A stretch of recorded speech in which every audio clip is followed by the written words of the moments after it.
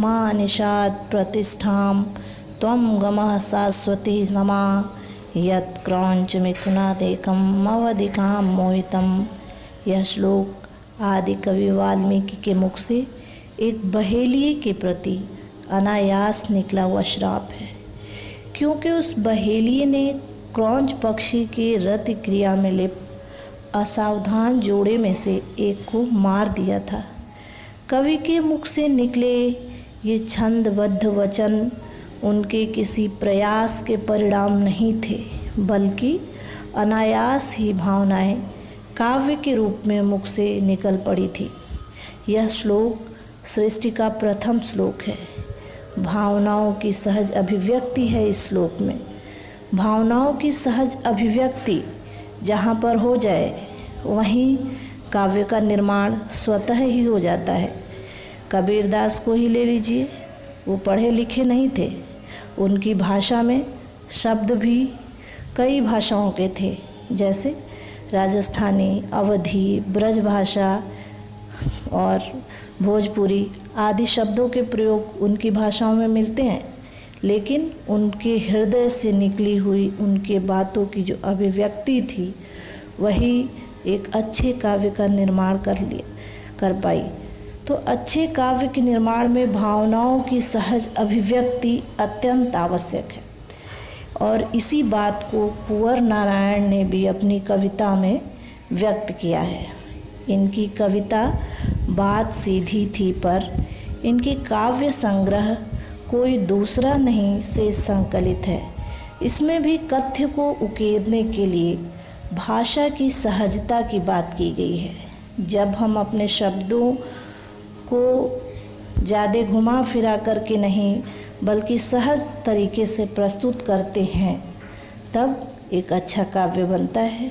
और अगर कलात्मकता लाने का प्रयास अधिक करेंगे तो काव्य का जो मूल भाव है वो धीरे धीरे कम होता जाता है।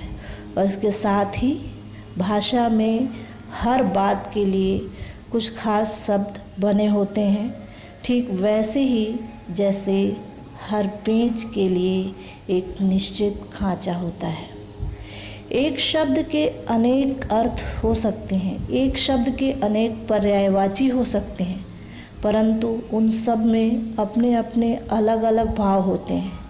जैसे मान लीजिए हम कहते हैं फूल सी कोमल बच्ची, तो जो भाव आएगा वही भाव सुमन सी कोमल बच्ची या कुसुम सी कोमल बच्ची कहने पर नहीं आएगा। भाव में कहीं ना कहीं फ़र्क जरूर होगा, भले ही अर्थ सबके एक क्यों न है। अच्छी बात या अच्छी कविता की रचना सही बात का सही शब्द से जुड़ना होता है। सही बात सही शब्द से जुड़ जाए तो अच्छी कविता या अच्छी बात बन जाती है। और जब ऐसा हो जाता है तो उसमें अतिरिक्त मेहनत की कोई आवश्यकता नहीं होती है, बड़ी सहूलियत के साथ वो काम हो जाता है। और इसी बात को कवि ने अपनी इस कविता में व्यक्त किया है। तो चलिए पढ़ते हैं कवि की कविता बात सीधी थी पर। बात सीधी थी पर एक बार भाषा के चक्कर में ज़रा टेढ़ी फंस गई। कवि यहाँ बताते हैं कि बात सीधी थी। उनके मस्तिष्क में जो विचार आए थे, जिस बात को वो कविता बनाना चाहते थे, वो सीधी सी बात थी। चाहते तो उसको सीधी से लिख देते, एक अच्छा काव्य बन सकता था, परंतु वो कहते हैं कि भाषा के चक्कर में ज़रा टेढ़ी फंस गई। उसको जब उन्होंने भाषा में डालने की कोशिश की, भाषा में परिवर्तित किया उस बात को, तो वो ज़रा टेढ़ी फंस गई। भाषा में बात को पिरोना पड़ता है। जब हमारे मन में कोई बात या विचार होता है, उसे हम भाषा में जब परिवर्तित करते हैं, भाषा के रूप में लिखते हैं, उसको भाषाबद्ध करते हैं उन विचारों को, तब जा कर के एक काव्य का निर्माण होता है। तो भाषा और बात दोनों को एक साथ जोड़ना पड़ता है। जैसे पेंच को खांचे से पकड़ करके घुमाना होता है, तब जा कर के वो टाइट होता है और किसी एक चीज़ को स्थिर करने में सक्षम होता है। ठीक वैसे ही अपने बात को या विचारों को जब हम भाषा में परिवर्तित करते हैं, भाषा का रूप देते हैं, तब वो हमारे बात एक जगह स्थिर हो पाती है, एक काव्य या एक विचार या एक बात बन पाती है। तो जब इन्होंने अपने बात को भाषा में पिरोना चाहा तो वो टेढ़ी फंस गई।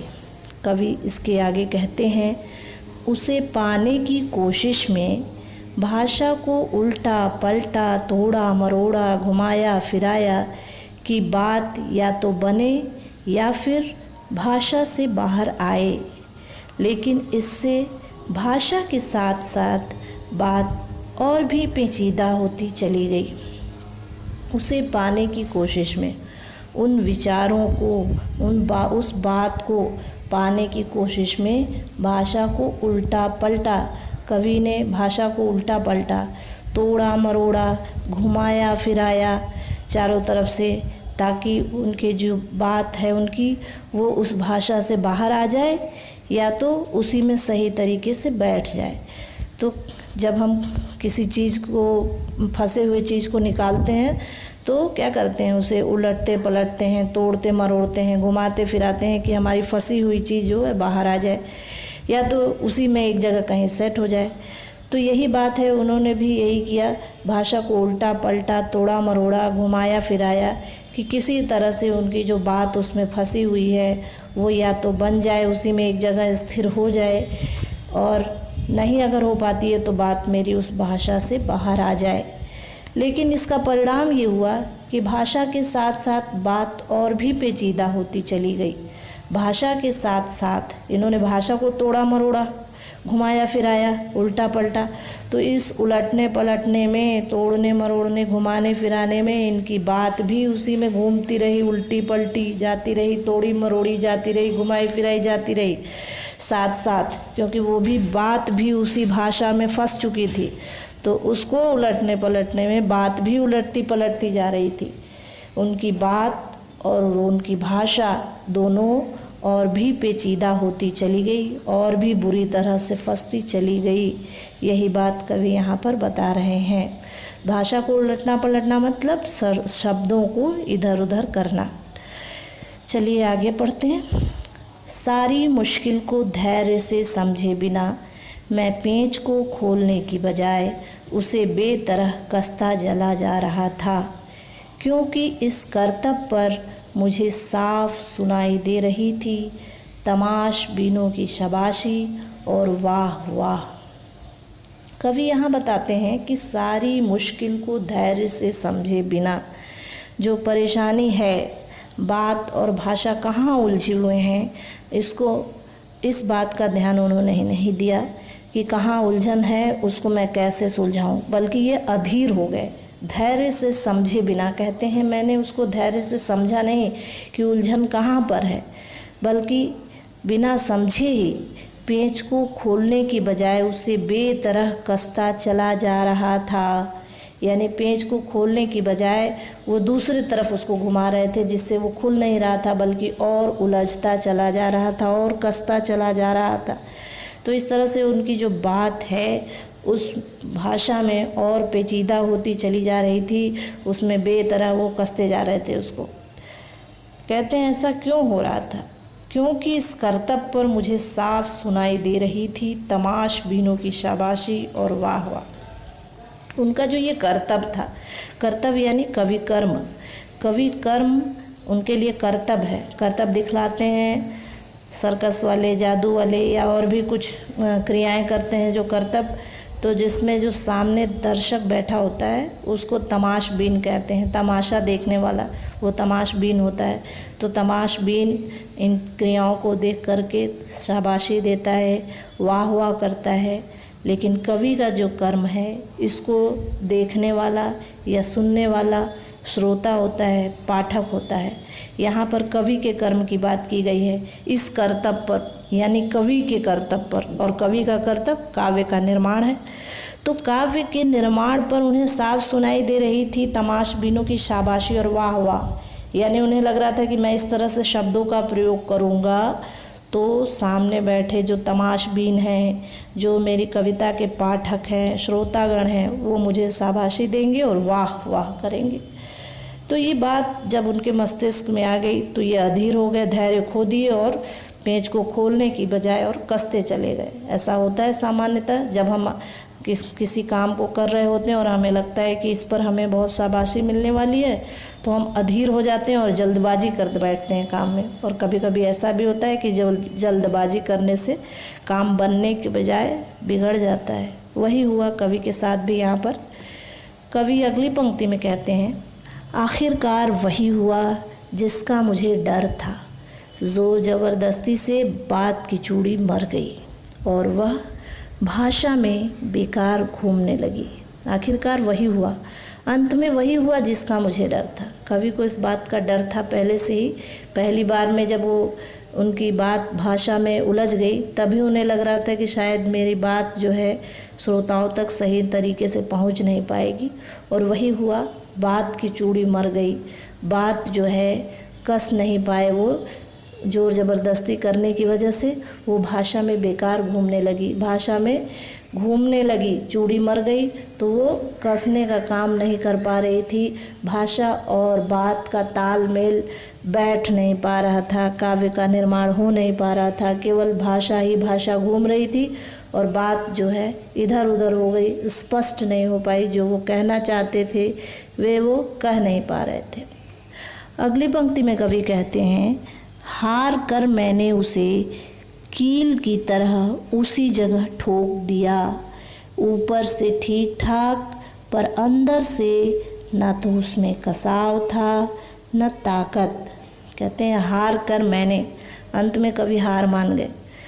इतने देर से परेशान थे, भाषा और बात को लेकर के बात उलझती जा रही थी, भाषा के चक्कर में वो बाहर नहीं आ पाई, तो हार गए कवि। और हार करके उन्होंने उसको उसी तरह कील की तरह उसी जगह ठोक दिया। पेंच और कील में फ़र्क होता है। पेंच कस करके निकाला भी जा सकता है, लगाया भी जा सकता है, पर कील एक बार ठोक दी गई तो निकालने पर फिर दोबारा ठोका जाए तो वो जगह भी ख़राब कर देती है और कील भी कम टूट जाता है कभी कभी। तो अंत में उन्होंने उसे कील की तरह ही ठोक दिया, यानी अपनी बात को उस भाषा में किसी तरह से बैठा दिया, फिट कर दिया। उसका सही अर्थ निकले या ना निकले, लेकिन उन्होंने एक काव्य का निर्माण कर दिया, कील की तरह ठोक दिया, उसे एक काव्य बना डाला। कहते हैं कि ऊपर से तो वो ठीक ठाक था, यानी शब्दों का प्रयोग देखने में तो अच्छा लग रहा था, परंतु अंदर से न तो उसमें कसाव था न ताकत, यानी जो भाव आने चाहिए थे कविता के वो नहीं आ पा रहे थे। जिस बात को वो व्यक्त करना चाह रहे थे वो बात नहीं बन रही थी। तो शब्दों का प्रयोग सही हो गया, यानी शिल्प सौंदर्य तो सही बन गए। काव्य का जो शिल्प सौंदर्य था वो सही हो गया, शब्दों का प्रयोग सही हो गया, अच्छे अच्छे शब्दों का प्रयोग हो गया जिससे कि तमाशबीन उन्हें शाबाशी दें, परंतु जो भाव आने थे वो नहीं आ पाए। जो उनकी बात थी जिसको लेकर के वो परेशान थे, जिसकी वजह से वो काव्य लेखन करना चाह रहे थे, वो नहीं आ पाया। अब आगे क्या हुआ पढ़ते हैं। बात ने जो एक शरारती बच्चे की तरह मुझसे खेल रही थी, मुझे पसीना पोंछते देखकर पूछा, क्या तुमने भाषा को सहूलियत से बरतना कभी नहीं सीखा?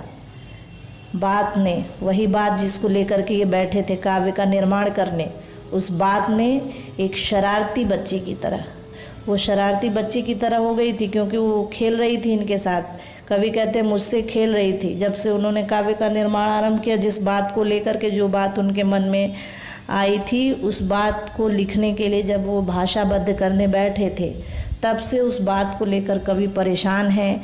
तो वो खेल रहे हैं, बात उनके साथ खेल रही है शरारती बच्चे की तरह। उसने मुझे पसीना पोंछते हुए देखकर पूछा। कवि को पसीना आ गया, इतने देर में परेशान हो गए उस शब्दों को लेकर के, भाषा और बात के चक्कर में बहुत थक चुके थे, तो उन्हें पसीना हो रहा था। पसीना पोंछते हुए देख कर के बात ने पूछ लिया, क्या तुमने भाषा को सहूलियत से बरतना कभी नहीं सीखा? क्या तुमने अपनी भाषा को, क्या तुमने भाषा को सहूलियत से बरतना या सरल तरीके से उस बात को कहना नहीं सीखा है क्या? कभी तुमने अपनी बात को सरल तरीके से व्यक्त करना नहीं सीखा क्या? कि जो बात तुम्हारे मन में आई, जो विचार तुम्हारे मन में आए, जिस भाषा में हो उसी भाषा में व्यक्त कर दो। कम से कम मैं सामने तो हो जाती, बात कह रही है कि मैं स्पष्ट तो सब जब श्रोताओं और पाठक के सामने मैं स्पष्ट तो हो पाती जिस बात को तुम व्यक्त करना चाहते थे, किंतु भाषा में तुम उलझ करके रह गए। तो इसीलिए कहते हैं कि तुमने भाषा को सहूलियत से बरतना नहीं सीखा, आसानी से सहज भाव में उसको व्यक्त करना नहीं सीखा है क्या। ये व्यंग बात ने उस कवि से किया। अब इसका शिल्प सौंदर्य जान लेते हैं इस कविता के। इस कविता में कवि ने भाषा की जटिलता पर कटाक्ष किया है, कविताओं की आडंबरपूर्ण भाषा पर व्यंग किया है। इसकी भाषा सरल, सहज, साहित्यिक खड़ी बोली है। ये काव्य छंद मुक्त है। टेढ़ी फंसना, पेचीदा होना, मुहावरे का सुंदर प्रयोग है। साथ साथ वाह वाह में पुनरुक्ति प्रकाश अलंकार है। कील की तरह, शरारती बच्चे की तरह में उपमा अलंकार है। बात की चूड़ी में रूपक अलंकार है। पेंच कसने में स्पर्श बिंब है और दृश्य बिंब भी हमें यहाँ दिखाई पड़ता है। कर्तव्य शब्द में व्यंग्यात्मक भाव है। लोकप्रिय उर्दू शब्दों जैसे बेतरह, कर्तव्य, तमाशबीन, सहूलियत, साफ आदि का सुंदर प्रयोग दर्शनीय है। बात का मानवीकरण किया गया है। इस प्रकार यह कविता हमें ये शिक्षा देती है कि किसी के वाहवाही पर अपने धैर्य को नहीं खोना चाहिए और अपनी बात को सहज तरीके से व्यक्त करना चाहिए। धन्यवाद।